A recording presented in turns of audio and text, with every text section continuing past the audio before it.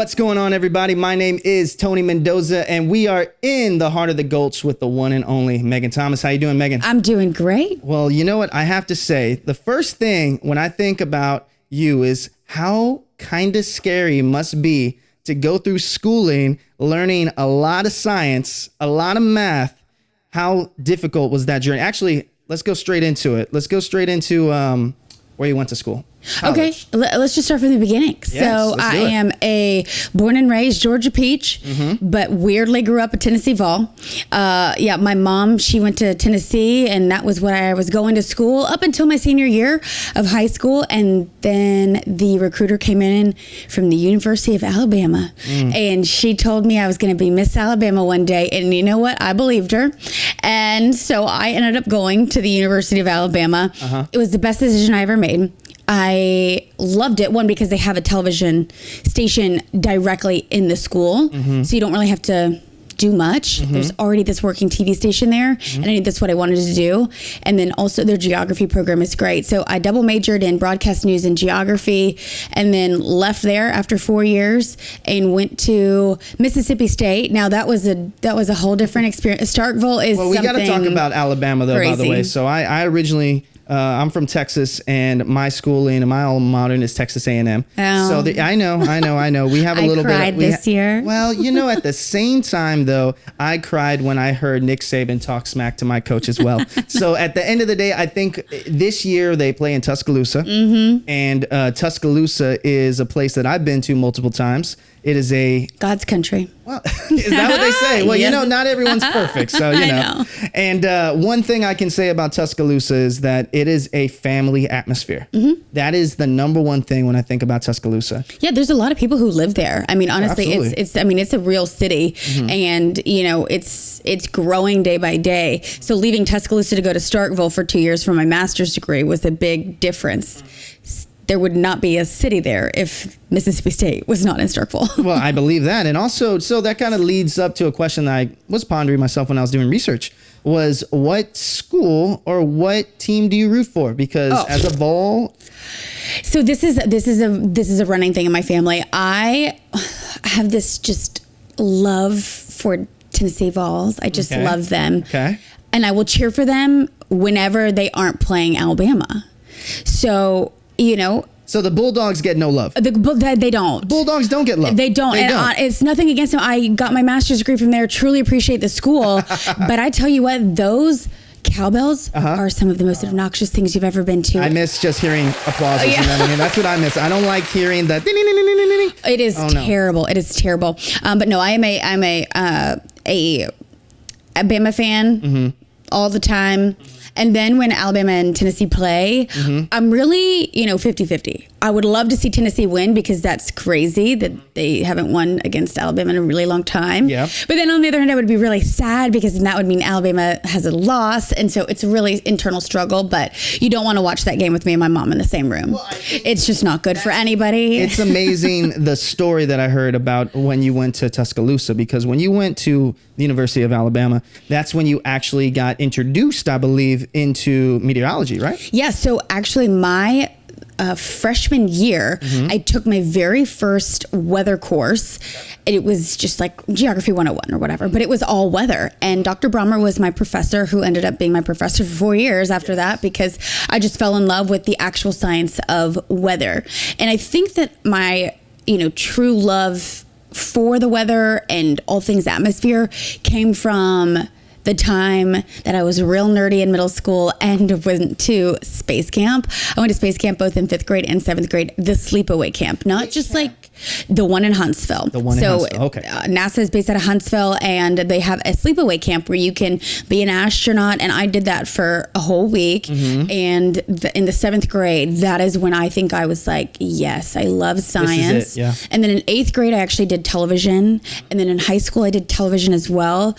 And then in college, it just kind of was a no-brainer that this is like I'm going to do both of these things. Along also with being I believe it was a cheerleader as well, right? Lead cheerleader? I was a cheerleader in high school. Yeah. Right. No, in college, they only had a co-ed team when I first got there. Mm-hmm. And now they have an all-girl team, but I just couldn't do co-ed. It was just not my thing. But I was a competitive cheerleader my whole life, beginning in like fifth grade. Wow. And I loved it. Unlike Texas A&M, where all we have is men actually being the cheerleaders as yell leaders. So I've actually never seen a cheerleader in college. And really, I did not know that. Yes, we have male cheerleaders, but we call them yell leaders. Anyway, but see, we could go about football all day long, I can go with it all the time. Mm-hmm. So then you transferred over. Well, you got your degree, yes, and then you went to master's, right? Yep. Inside Clarksville, and then from. Is that correct? No, Starkville, Clarksville. Same thing. See, that's the thing about living in Tennessee. A Texan living in Tennessee, you got a lot of vills everywhere. So when you think about vills, the first thing that comes to my mind is another ville, right? Yeah, that's fine. But when it comes down to Starkville, mm-hmm, and when you started doing the master's program, tell me the ins and outs about that. Was that pretty interesting because it's a lot more in depth? Yeah, it was in depth is an understatement. I mean, so what people don't know is that in order to become a meteorologist, and I am a American Meteorological Society's certified broadcast meteorologist, meaning not only do I have my master's degree, I then went and took another huge test and had my on-air work, graded, and mm-hmm, they either can give you this giant certificate or they don't, and you're still a meteorologist, but it's a different categorization basically. So what people may not know is that the meteorologists that you see on television have completed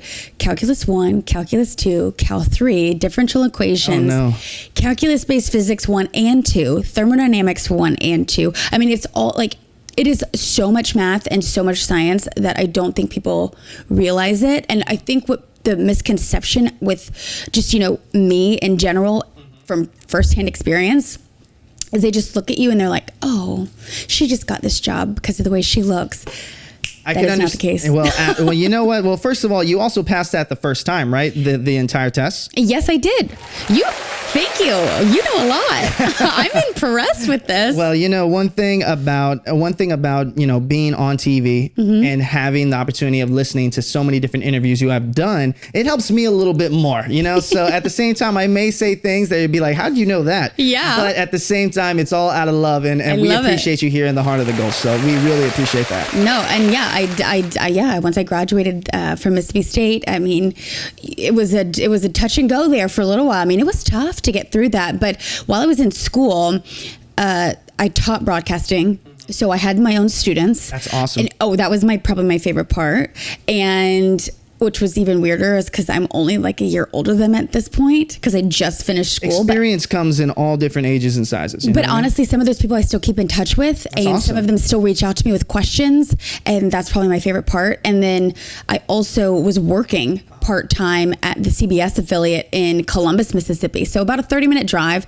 And I was doing that 4 or 5 days a week, going to school for my master's degree and teaching and managing 30 other students, So it wasn't like it was just this walk in the park of a grad school. It was really tough. But at the end of the day, I think that the work ethic that I had to prove to myself that I had, mm-hmm, showed up in grad school. That's awesome.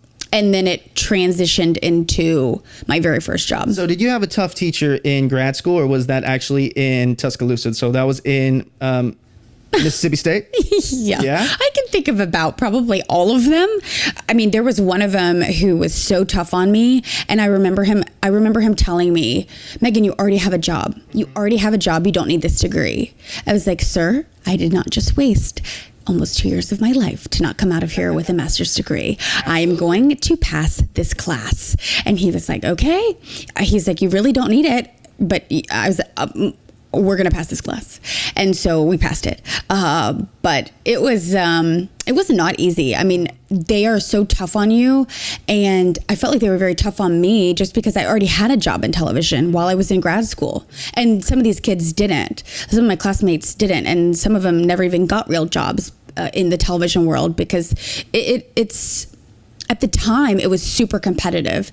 And as time has gone on, obviously I've been in this almost 10 years now. So it's, someone's going to look at my resume versus someone coming out of college. The problem then becomes they're not going to be able to afford me.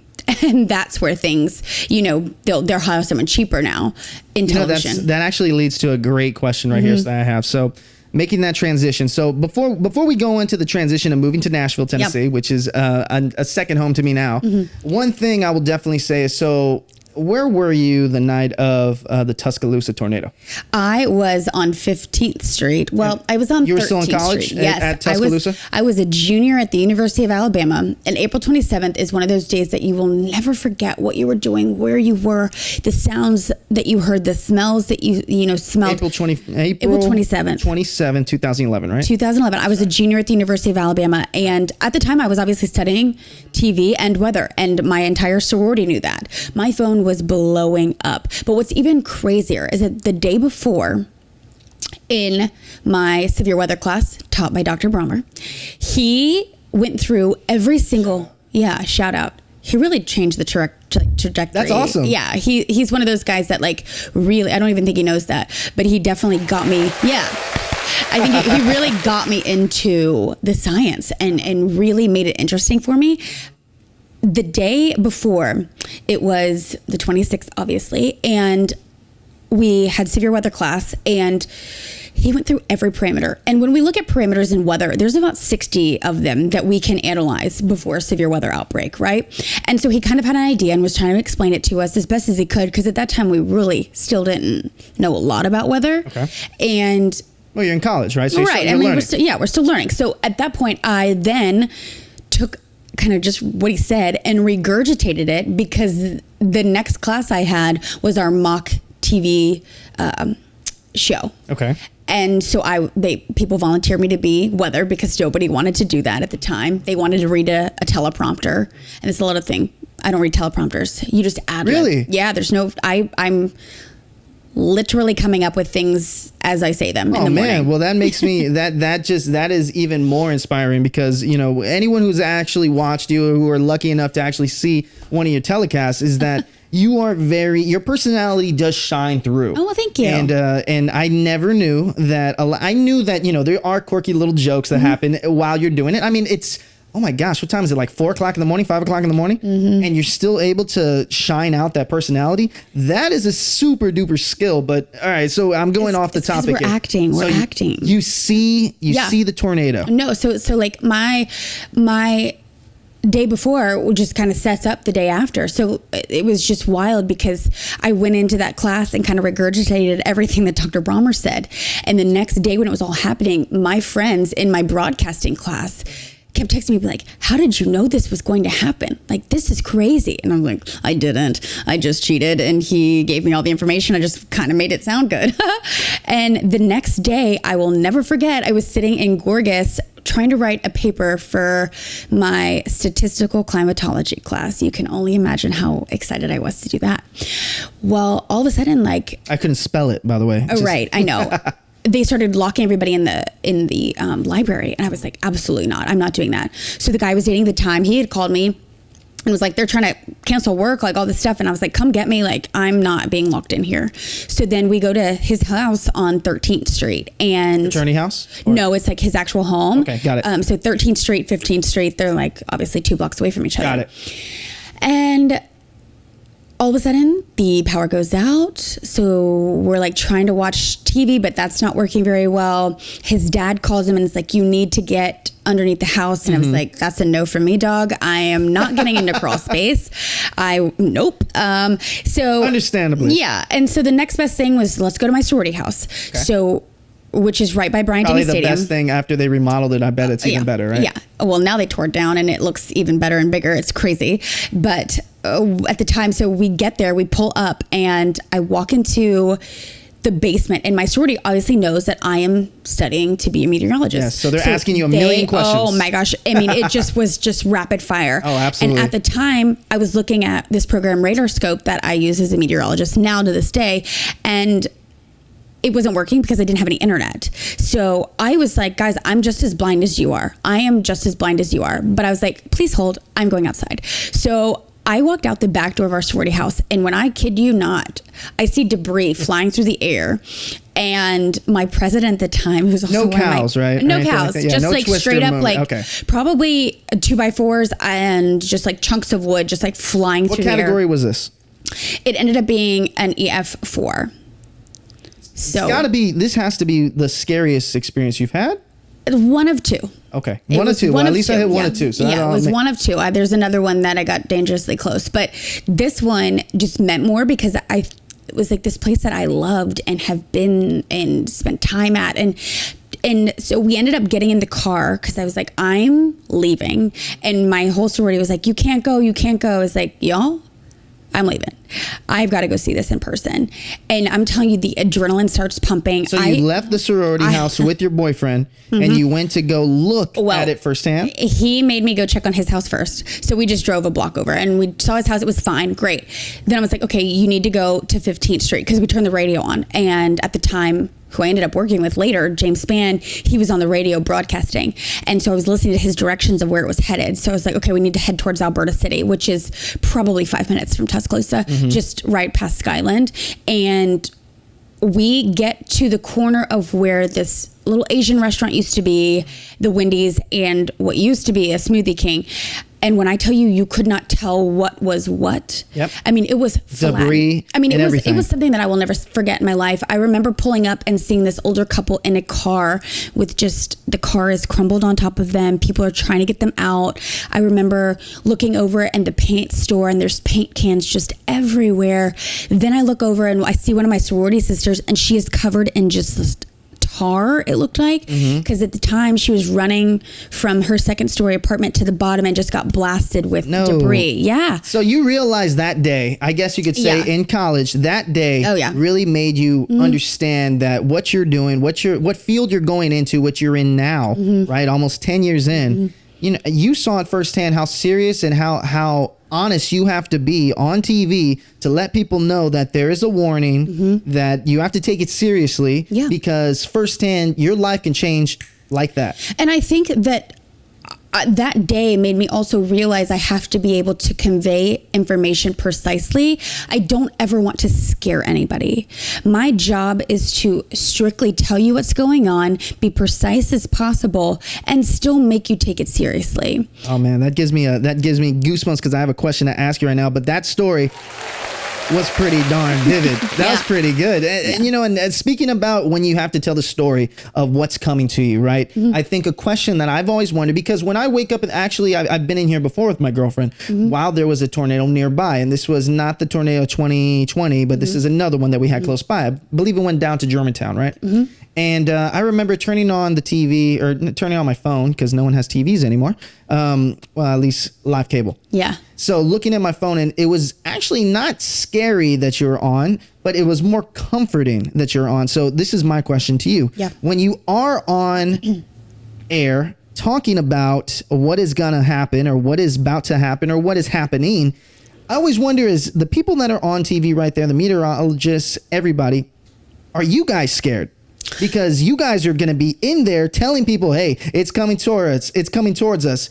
I mean, you guys aren't like in a bunker anywhere. You guys are just off of, I think, Green Hills area, right? Yeah, we're over off Murfreesboro Pike. And, you know, at the end of the day, I don't think about myself. I'm thinking about the people. So my job is to be a public servant. I'm not doing this for the notoriety or to be on TV. My genuine passion is to serve the public. And I think if you don't have that heart, then you don't need to be in television. Absolutely. You don't need to be in this field.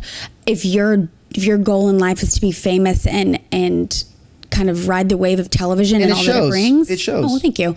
But I don't think about myself at that point. Yeah. I would rather, you know, take it. It's like the Titanic. I'm going to go down with the ship. I'm not going to leave everybody else hanging. I will absolutely walk you through it and I will not get off television until it's over. Yeah. Well, I appreciate that. And, you know, speaking of the people out there, we're going to give everybody a break real quick. We're going to go back to when you transitioned from college to getting your degree to transitioning to Nashville in this amazing city that we're in today.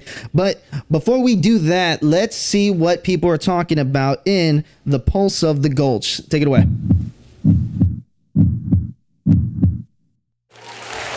All right.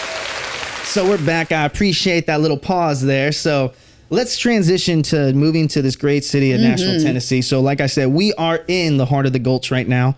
And how long have you lived here in Nashville? July will make it 2 full years. Oh, so you kind of came in the same time I did. So 2 years ago. So you moved here 2020. Yeah. In the middle of the pandemic. Well, I mean, you were also kind of closer than I was. I'm in Texas, right? Yeah. So when I transitioned to Nashville, I got to experience 1 month of Nashville. I got to experience February of 2020. And then we all know what happens in March. In March, you had the largest tornado that hit, or not largest, but a big one. And then you also had COVID, right? And then I'm guessing you came not too far along after that. Yeah, my last day in Birmingham, Alabama was in June, and then I moved up here in July. So it was, but I interviewed up here in March, which was hilarious because my news, really? Yeah, my news story at the time, the 19th, and everything was closed. I walked into the hotel. I'm not kidding. I walked into the hotel, and it was eerily quiet. It was down here, downtown. Is that when they officially said, like, hey, closed everything basically? Now? Yeah. Oh my goodness. So I pull up and I pull in, and the guy greets me. He's like, Meaghan Thomas, and I'm like, yeah, how'd you know? He's like, you're the only one walking here. No, you're the only one staying here. And I was like, oh my gosh, that's cool. What? It was kind of creepy. Shining being like completely alone in this giant hotel and them knowing like you're the only guest. It's like going to the movie theater when you're the only one in the theater and you're just like, well, I guess we're into this ride. So you got in and you're able to get the job. And, I kind of sped up a little bit, but how did you enjoy your time in Birmingham? Honestly, I would not be who I am without my time in Birmingham. I started, when I was 23 and left at 30. So, I grew up there in front of people. Yeah. And, my first couple years there were brutally hard because my chief and my station expected me to be, 40-year-old who has 20 years of experience with 3 kids and drives a minivan. And I was 23, immature, wanting to party and have a good old time. Yeah. And just got out of everything, right? Just got out of college, period. I was just so young and still so mature, and I needed to grow up. And it wasn't for like my chief, James Spann, he was so tough on me.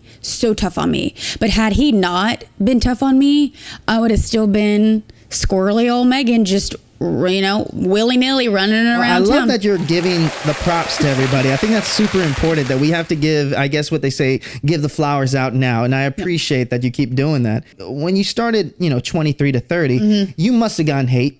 And I remember listening, and they said that you kept a folder of the hate, and I want to know, do you still do that now? I absolutely do. Hey. So I have one of the best advice that Spann gave me. He said, the moment you start thinking you're good at your job, go back to that hater folder and read them all. It'll put you right back in your place. And I do that, and I show my interns.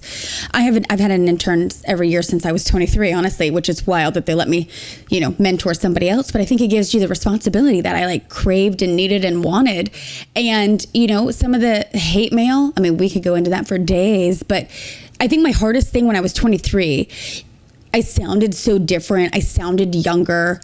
Different voice, different way to project. Oh my gosh, yes. I definitely grew into TV, if you will.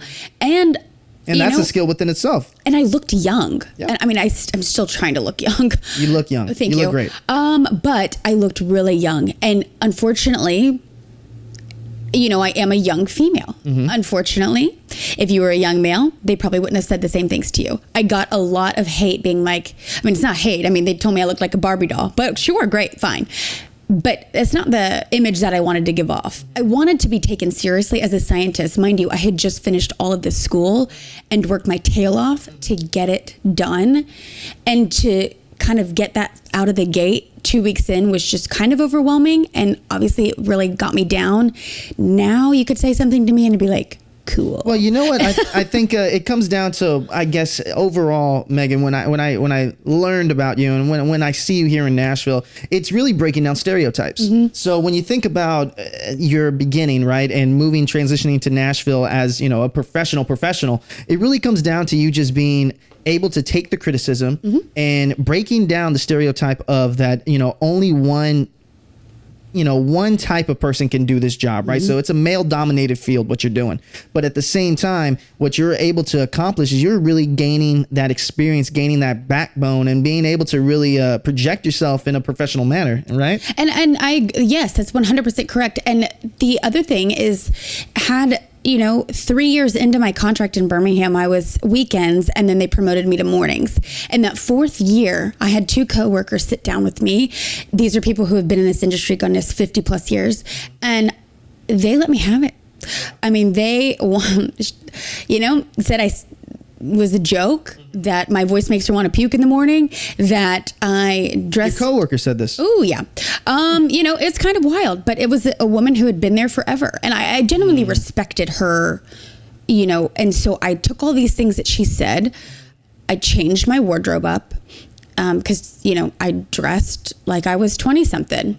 And, my skirts were a little short. And, I started dressing a little bit more modestly. Still fun. I didn't want to lose who Meaghan is by any means, but still look appropriate. And I felt like I looked appropriate, but, everyone's got a different opinion. So that's one thing we got to talk about, because when you transitioned over to Nashville, right? I think what it really did is you really brought a sense of fun to that station, right? So it's let me see here. So it's WKRN News 2. And one thing that I can say is that every time that you come up in the morning, right? You're the first person. Yeah. I was talking to this about my girlfriend about this, right? It's kind of like when I think of my barber, my barber knows me, because that's just what it is, right? You're there for an hour and you talk to someone and they remember. Well, it's kind of the same connection that you have, but with thousands of people in Nashville, because when they wake up in the morning and they see your face, they see the energy that you bring that comes shining through the TV screen. One thing that they realize is like, okay, Meaghan says that it's going to be 40 minutes on Highway 40. Okay, well, not Highway 40, but it's going to be raining, and Highway 40 is going to be crap. So it's a nice comfortment, can't even think of the word, comfortable. Comfortable. That's what I'm talking I'm about. just comfortable. I talk too fast. No, I think my goal in the morning is, because I know that it's hard for me to get up and be there, I want to make it a little easier for somebody else. And, I get messages all the time. Honestly, moving here from Birmingham, I was prepared for the hate that I got when I first moved to Birmingham. Oh, but I'm sure also the love. Here. I got blown away with love. Oh, absolutely. I was more shocked by that. I think I've had, in my 2 years here, maybe a handful of hater messages, and I still have them. I was shocked. I was truly shocked, because I was expecting, people get used to their morning person. They really do. And it becomes a family. I mean, shoot, I watched the same person from when I was little to then I got to intern with them, which was the coolest experience, because in me, I'm freaking out, Give them out their name. You've been saying the names all the time. So. Karen Minton and Glenn Burns and David Chanley. Those are, and Brad Mitz. There you go. They're all my people. Give them some love. Yeah, I interned with them when I was 21. And, to watch them your whole life and then be able to work, with them as an intern was just really cool. Well, so you got to talk about some of the fun things that you do here. So it's obviously it's a team. Every time I see you in the morning, every time that you do such a great job with your social media posts every day. And like I said, it's amazing the amount of energy that you have, because I don't have that energy. But when I see the team that you're with, it always seems like a good time. And not only that, it's an atmosphere that is very much like Nashville today. So Nashville is kind of that trending city. It's a younger city. I would say, from like every other city that I've been to, from San Antonio, where everybody is from 40 to 50, we're about like half that. We're from 25 to 45, and we're thriving out here. Yeah. And so talk to me about the team that you work with. Well, and see, I can't say enough about them, because they are the reason I took this job. So I never in my life thought I was going to leave Birmingham, I just was going to settle down there and just figure it out. But something was just pulling at me to get out. And honestly, this job just fell into my lap. It just really came out of nowhere. And I, wanted to make sure that my team up here was going to be something that I wanted to spend forever with, because I'm not leaving Nashville. I really do. Oh, yeah. So this is home for well, it's not too far from Atlanta. No. And my mom is actually from south of here. So my uncle's down in Murfreesboro. So are my cousins. Okay. It's very, and my family. Atmosphere. Yeah. I have family in Christiana, down to Bell Buckle, Shoveville. This is just where my family is That's from. out of my range here. I've only been here it's for a 2 little years. further south. Okay. There you go. But at the end of the day, I wanted it to be fun. And you brought up the fact that Nashville's a little trendier. Like, I loved that. And again, I can dress a little trendier now. I don't have to be so buttoned up and so conservative almost, because Alabama is a very conservative, buttoned up state. Women wear power suits. It's Alabama. That would be weird if I wore a power suit on air here. I mean, it could be a trendy power suit. I mean, there are some cute ones, but at the end of the day, this is a little bit more fun. And the entertainment side of everything is what really drew me in here. You said acting. So in a way, it's you're kind of you're really hitting the nail in a lot of different areas. It's not just necessarily just giving out the weather, which we all love you for, right? But it really comes down to, like I said, the personality and the shines through. So you said acting. You have to be able to improvise. So tell me about a time where you had to improvise something that was really, you were not prepared for it. And I know it happens a lot. It happens all the time. I mean, it happened today. I mean, there are times where like I'm in the wrong camera and I'm like, whoopsies. And I'll be like playing on my computer or doing something. And then all of a sudden I can see out of the corner of my eye, like, oh, I'm supposed to be standing there. And you see me like hustle. Or, this morning, right at 4:00, I sneezed. I was asleep. I was sneezing on television. I've done that so many times now. And at this point, don't tell the people that now, because they're going to just find them and they're going to put a compilation and it's just going to be just you. And that could absolutely be possible. Sorry if I gave out that information. I'm probably going to cut that out later. No, you're fine. But it's a morning show, and so our goal is to be honest, real, and tell you the news. Like, Nikki and Neil are so good at their job. They make it so much fun to be with them. And I think the best part is that we genuinely are friends. Like, this is the first place where I've worked where like the morning team, like genuinely, like we will hang out, like and talk and text outside of just work. And it's just this like homey feeling. Neil is like my brother, Nikki's like my sister, and we can talk about anything and everything. There's nothing that's off limits. You know what's amazing is that we've had such a great conversation right now of just talking about just your transition and everything like that. But we got to really go down to, I guess, what makes you really unique other than your personality, right? So the heart of hearing. Yeah. And I heard the story about the heart of hearing was actually you got it confused from someone saying hard of hearing. Yeah. So just for the viewers out here that are not, that do not know that you have always had a little bit of help. I'm trying to think of the name of the word. You already, hearing aids. Yeah, that's right. So tell me about that story a little bit.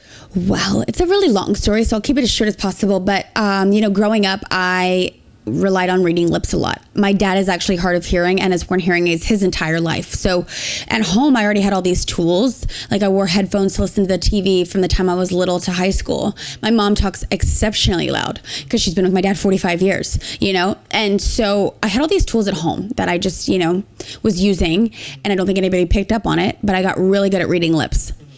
And then fast forward to high school, I was in a physics class and they were playing like a frequency and I couldn't hear anything. Wasn't calculating. Oh, no. And like my professor was like, come up to class, like, what's going on?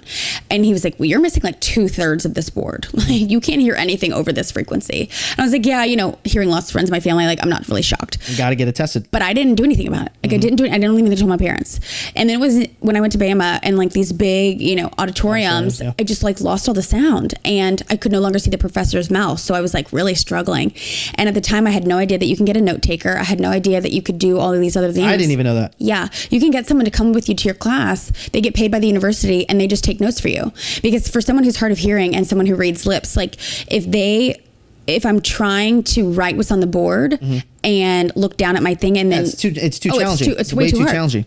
And so I wasn't able to do that. And then in my first job, I went and got my IFB mold, which is how we listen to the producers and the directors and all that sort of stuff. Well, at the appointment, the audiologist like pulls out my little mold. And he's like, Meaghan, I've been trying to talk to you. And I was like, I told you I didn't hear it on my left ear. Like, I don't know what, and there's different levels to it, right? Oh, so obviously there's severe is probably one of the highest, right? So you have critical. Well, it goes mild, moderate, severe, profound. Okay, and where are you at now? On my left ear, I'm profound, and on my right ear, I'm severe. So my left ear, I miss about 70% of what's being said. On my right ear, I lose about 30 to 40% of what's being said. When did that transition from severe to profound? Gosh, probably when I was in grad school, it started getting worse and worse. I could tell it was getting worse and worse. And then at the end of the day, when the audiologist, tested my hearing, because at first I was like, I can't come. It's too expensive. I'm not going to spend the money, because I was still very poor.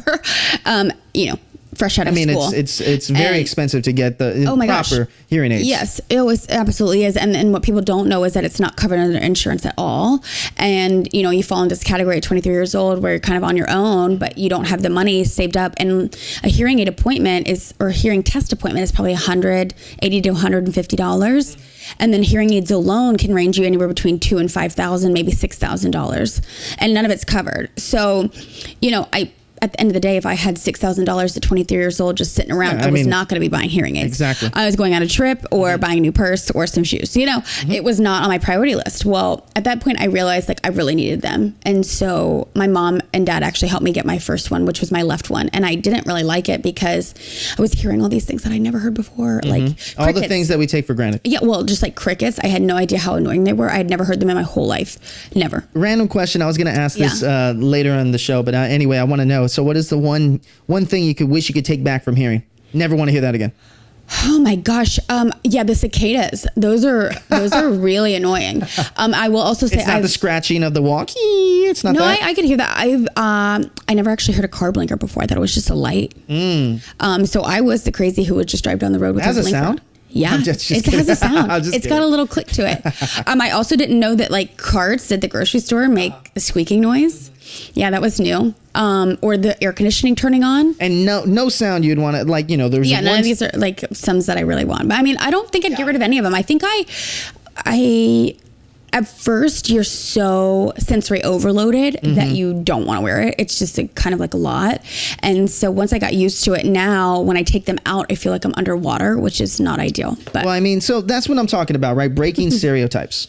So not only is it that you are a lady in a male dominated field, you're also breaking down the stereotypes. And this is what has to do with the organization that you created yourself. And that's Hard of Hearing, where you're really trying to tell everyone. I know that you have that organization, Hard of Hearing organization, is for the 20s to 45 demographic, but you also created an amazing kids book where you really just want to put together hey, I've had it, I'm successful, and look at all these other animals, look at all these other children with hearing aids in this book. Yeah. And, we're breaking down the stereotype. We should not think of someone who needs hearing aids as a person. It should be the same thing as someone who has to have glasses or anything like that. So you're breaking down stereotypes. I love that. Thank you. No, I get so frustrated when someone tells me,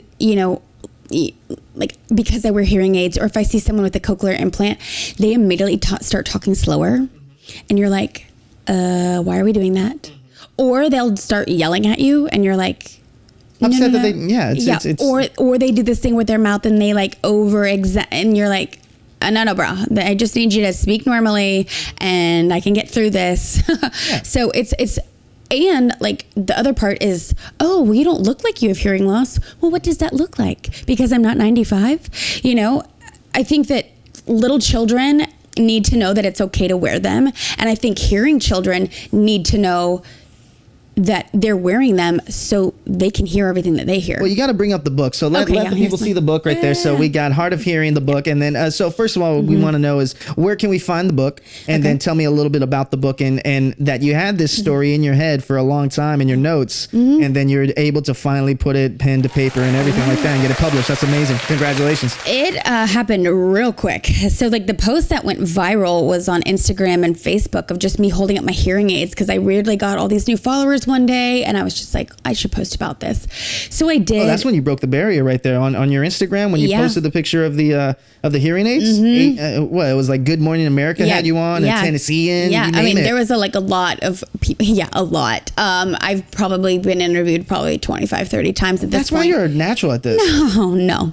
We're just hanging out. Yeah. And honestly, that I was just like, what's going on? Like, why is this being picked up? Like, what's going on? And the people at Good Morning America were like, because there's not someone who looks like you in your field that has hearing loss. Like, it's just not something that people really talk about much. And I was like, well, lightning strike in a way. Yeah, it was just weird. It was weird, but I didn't think it was weird because my dad, who I looked up to my whole life, has been in the corporate world. He just retired last year, and this has never slowed him down. So I didn't really have that, but I explained that to the Good Morning America ladies, and they said, well, that's what you need to be for other people. And I was like, okay. So I was like, well, I have this idea of a children's book and a nonprofit. And they told you just to do it. They just said, just do it. They were like, there's not a good time. Some of the best advice. Just go do it already. Yeah, just do it. And honestly, I went home that day. I contacted a publisher. She was like, do you have an illustrator? I was like, no. And so then I found an illustrator on Facebook through this group, and I interviewed them. They're out in Lisbon, Portugal. They're amazing. And I sent them like stick figures of what I wanted it to look like. I mean, and then they came up with this. That's and amazing. it's like, well, how did you do that? If you only knew what I drew. Well, I mean, the fact is, though, that you're able to take a concept, an idea in your head, and you're able to say, you know what, I want to break down that stereotype for the beginning. Yeah. It's not even a victory story of where you can go, right? Or where you are. It's really just say, okay, we're going to break it down from the beginning. So when kids are looking at this, what is the age of that read that book? Well, right there? honestly, I've read it to really, really young babies. They've picked it up, or at least their parents have bought it. And then I would say up through middle school. Up through middle school. Yeah. And then I heard also that you have middle school teachers or elementary school teachers asking for that book in the classroom just so they can have it, just in case the opportunity ever comes up where you have to do that. And I think that is just whoa, so many buttons here. Well, actually, since I pressed that wrong button, let's transition to crowd noise. So basically what crowd noise is we have some of your fans that came in, drop questions, actual voice recorded questions. That's crazy. I would love to know what you would think. So let's play it and let's go.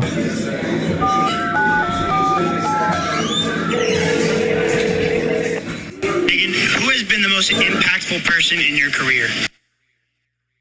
The most impactful person in my career? Oh my gosh, it has to be, it has to be James Spann. He's the chief meteorologist in Alabama. I used to work with him as an intern, and then he took me on as, a young meteorologist. And without him, I would not be where I am today. Was he my favorite person at all times? No.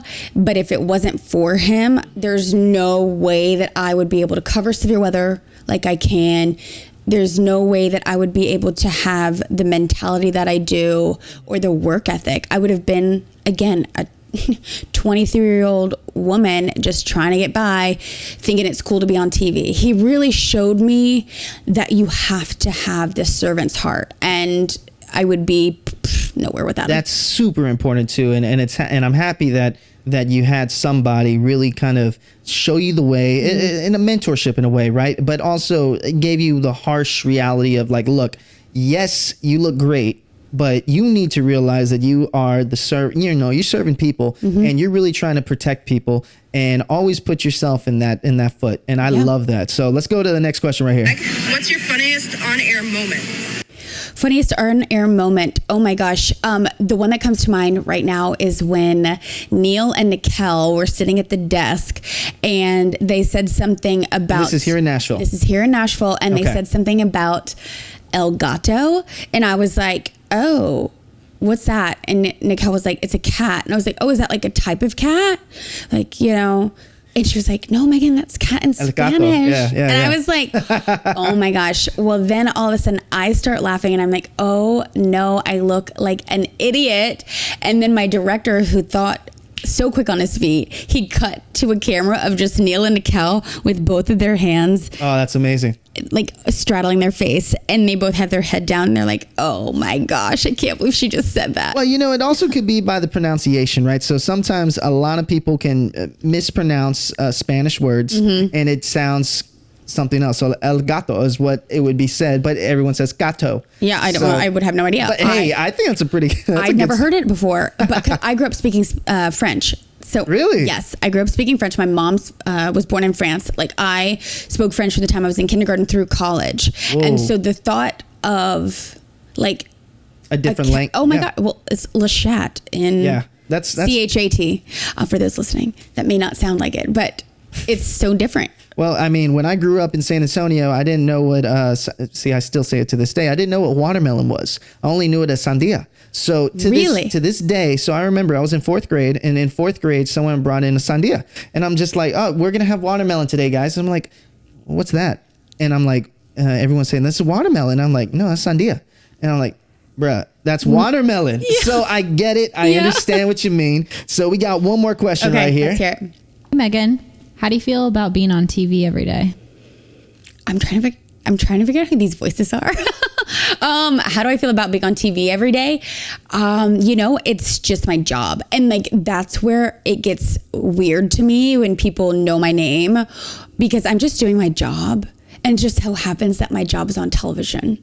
Does that make sense? Like, well, it's your job. It's my job. And it just happens to be on television, which is so weird. And I say this story because my best friend since we were 5, Jeannie, she lives here with her husband. They live down in Franklin.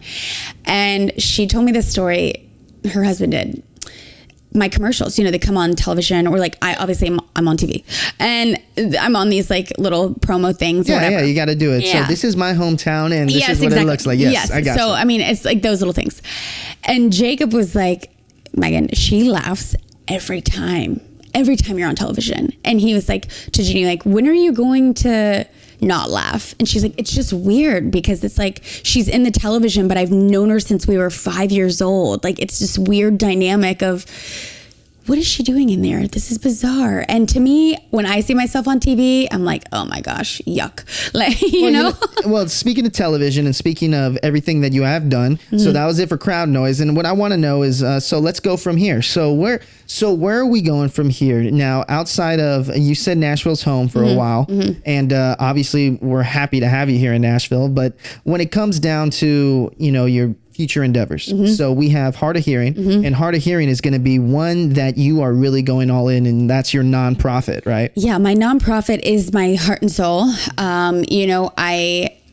If I could run it full time, I would, but I don't ever want to give up weather. Like, I don't ever want to give up TV weather. That's the moneymaker, right? Right. It pays for the nonprofit for right now. Yep. I have put a lot of money into this, and, at the end of the day, I'm not doing it to benefit me. I don't get paid with my nonprofit. And once I made my money back on my book, it goes directly back into the nonprofit. So I'm like literally making no money on this. It's just something that I have a passion for. And again, I love to serve people. You're making a difference. And that's the point. I don't know. I mean, I hope to make a difference. And I think that's the goal in life, is to really change someone's life. And I would love to be the catalyst to do that. And so with the Heart of Hearing, like I mean, we've got so many nonprofit events coming up, and I want to be able to, raise as much money as we can to help provide hearing aids for the 20 to 45-year-olds who kind of get overlooked. How far are you looking out in these events? So, for example, this is released in August time. Yep. Are you already started looking for events in August? Yeah, so we've got an event potentially in September. Okay. And then we've got our Set in Stone event in October 3rd, which is at Old Hickory.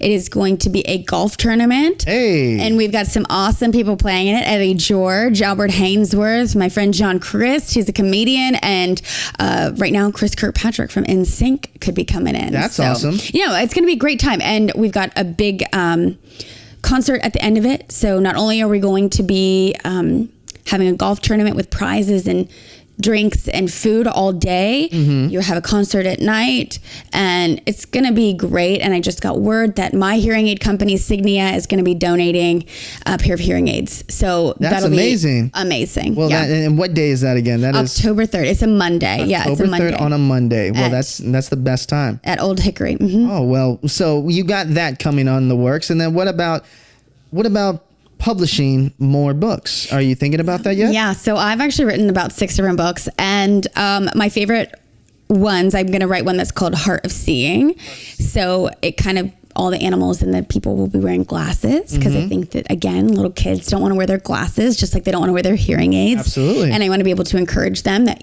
we wear them, because I also wore glasses. My senses are not great. But I can smell. You can smell anything really quickly. Okay. Very quickly. Well, hopefully it doesn't smell too no, crazy. No, it actually smells really great in here. I appreciate it. Thank you. And I also wrote one. So like the dog in this book is actually my dog, and her name is. Where can they find that book, by the way? Oh, yeah. You can get it it's called the www.theheartofhearing.org/shop. But that's my dog, the Pomeranian. And even to this day, right? You walk around in the park. Yeah. It's her, Daisy Diana. And she's got 4 books, and it's called Daisy Diana, the Weather Dog. You turned Daisy into... She's an animal. She's a character. Clifford? She's a character. So she goes through, thank you. I love that.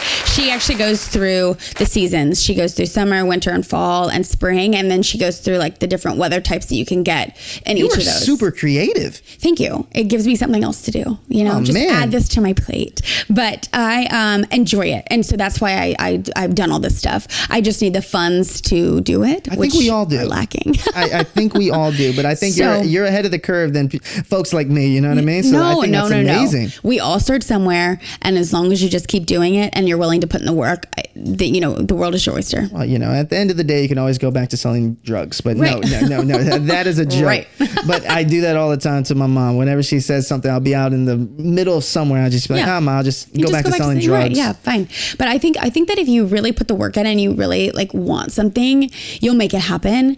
And I've put the work in and put the funds out there and have made dedicated your life. Yeah, I've made this happen. And I think I really have always thought, why am I on television? Like, what is this? Like, there's got to be something more. And so when this came about between my book and my nonprofit, it just totally made me realize, like, I was given this platform and worked for this platform to help build this nonprofit and this book.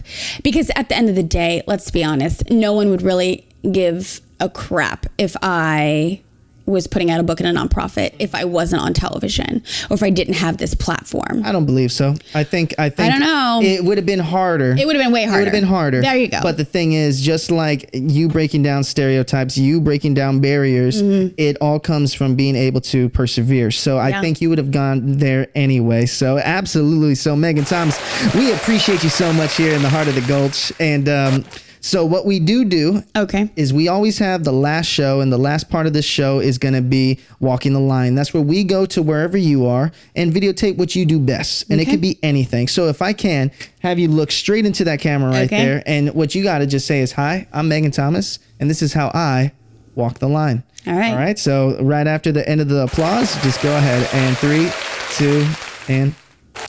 Hi, I'm Meaghan Thomas, and this is how I walk the line.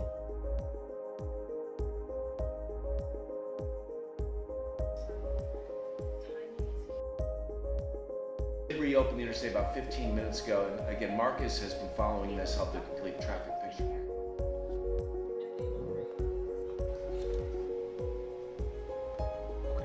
Okay, keeping an eye on any sort of traffic scanners that we have, just in case if there's any sort of accidents or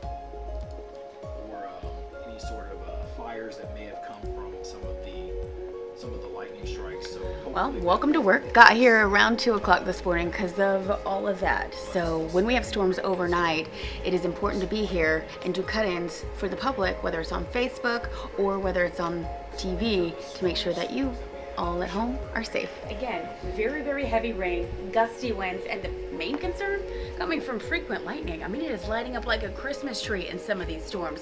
General trend moving from the northwest to the south. Because of all the rain that we've seen, till 7:15, we have a flood advisory for Cumberland, Overton, Putnam, and White counties.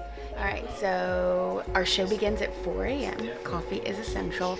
It will go for the next 3 hours from 4 to 7. I talk approximately every 6 to 10 minutes, giving updates, because here in weather, when you turn the TV on, you may wake up at 4:45 or 5 a.m. Someone may wake up at 6:15. So it just kind of depends when you wake up, and we repeat ourselves a lot over those 3 hours because of everyone's different wake up times. So it may sound redundant hour by hour, but you at home may get the benefit whether you woke up at 4 or whether you woke up at 6. And we want to get you out the door, make sure you know what the day holds, and whether or not you need an umbrella or anything like that, just to kind of help you out. But it's busy mornings, so the umbrella probably going to be helpful, especially with the severe thunderstorm warnings that are in place. And the other thing that we like to look up is the National Weather Service chat. We keep up to date with what they're going on, what they're doing. Because they are a whole team of meteorologists as well. They're just like us, but just not on television. So they can look at the same things. We have a big chat, so it's a bunch of weather nerds in the one specific spot, and they kind of can keep eyes on everything while we can keep eyes on a specific thing. And then we hop on air and just relay the messages. How are you feeling? I am tired. I got up around midnight, and then you never really fall back asleep because you are constantly just checking the radar. And I actually texted Marcus and was like, I'll be in by in the next 30 minutes or so. And he was like, okay. And then I said, never mind, a warning just went off. So I got ready and came here and started doing cuttings.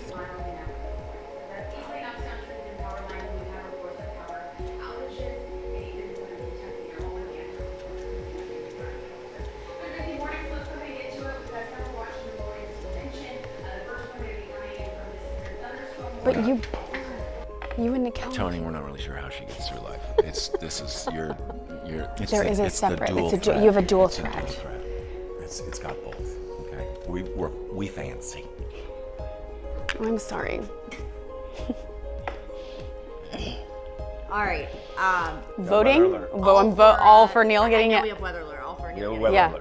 All for Neil. Okay. All right. It's the heat or the storms right now? Which one do you want first? The storms. Okay, great. That's what I have planned first. And then we'll get into the heat because that's what's going on right now. Good news is all the severe thunderstorm warnings have dropped off.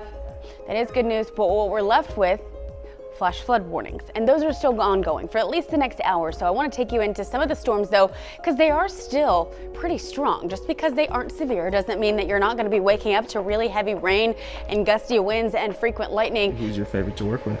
Oh my God, who's my favorite to work with? I think it's the three of them. They're truly it's this family. Mm-hmm. And I've never worked anywhere where the chemistry is just like that. I think I told you that before.